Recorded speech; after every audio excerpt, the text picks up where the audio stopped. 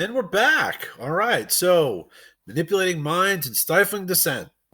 How do you manipulate someone's mind? What do you do? You want to go to war with another country? What do you want to do? You want to put pictures? You want to use certain words? You want to get people to believe the things that you're telling them so that they will do the things that you want them to do. Stifling dissent, getting people to stop speaking out against something they know is wrong.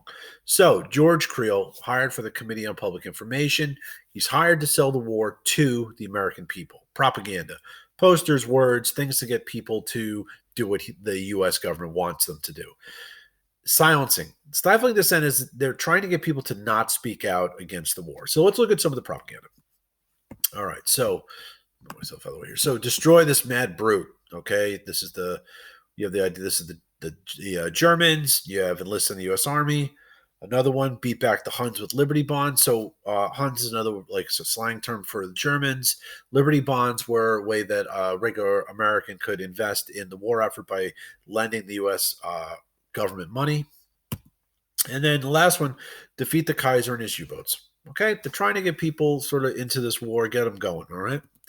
Now, what we have here is the Espionage and Sedition Acts, and essentially what these are laying out terms for treason and to stop people from, disrupting the war effort. So this guy Shank sends out what we would call almost like postcards, right? These flyers or postcards saying that people should get rid of their draft cards, burn their draft cards, don't be a part of the war effort.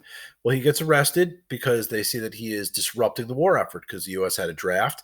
If he's telling people to burn their draft cards, he is in a way helping the U.S. to lose the war. He's actually hurting the U.S. So he goes to jail, but he believes, and rightly so, that he has the right to speak out against the government, First Amendment rights, right? The freedom of speech. But the U.S. government, Supreme Court, Oliver Wendell Holmes Jr., rules that in favor of the U.S. government that this guy is wrong. And the way he sort of puts it is what it says right here. Justice for Oliver Wendell Holmes, in his famous opinion, compared Shank's actions to falsely shining fire in the theater and causing a panic. All right. So this is sort of sets precedent that increases the power of the government during war times, right? So that they can do things and make decisions without having to worry about our civil liberties. They can put those sort of take a back seat during times of war. All right. And this is where we start to see this. And we're going to see it in the next war as well. All right. So what do you guys have to do? All right. Tonight. So you're going to write up a half-page summary on this presentation. Okay. That's attached already. You're also going to read an abbreviated version of Wilson's 14 points and answer the questions.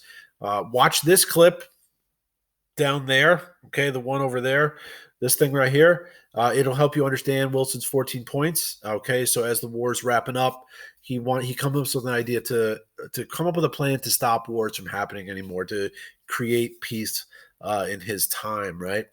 So you're going to do that, complete all that, submit it to me, do it tonight. Please get it in as quickly as possible. It's not a lot of work.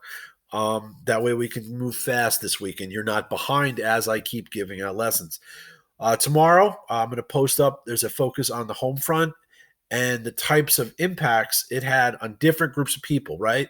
So we're looking at African Americans, we're looking at women, and that's going to be our focus for tomorrow. All right, guys, good luck. Message me with questions.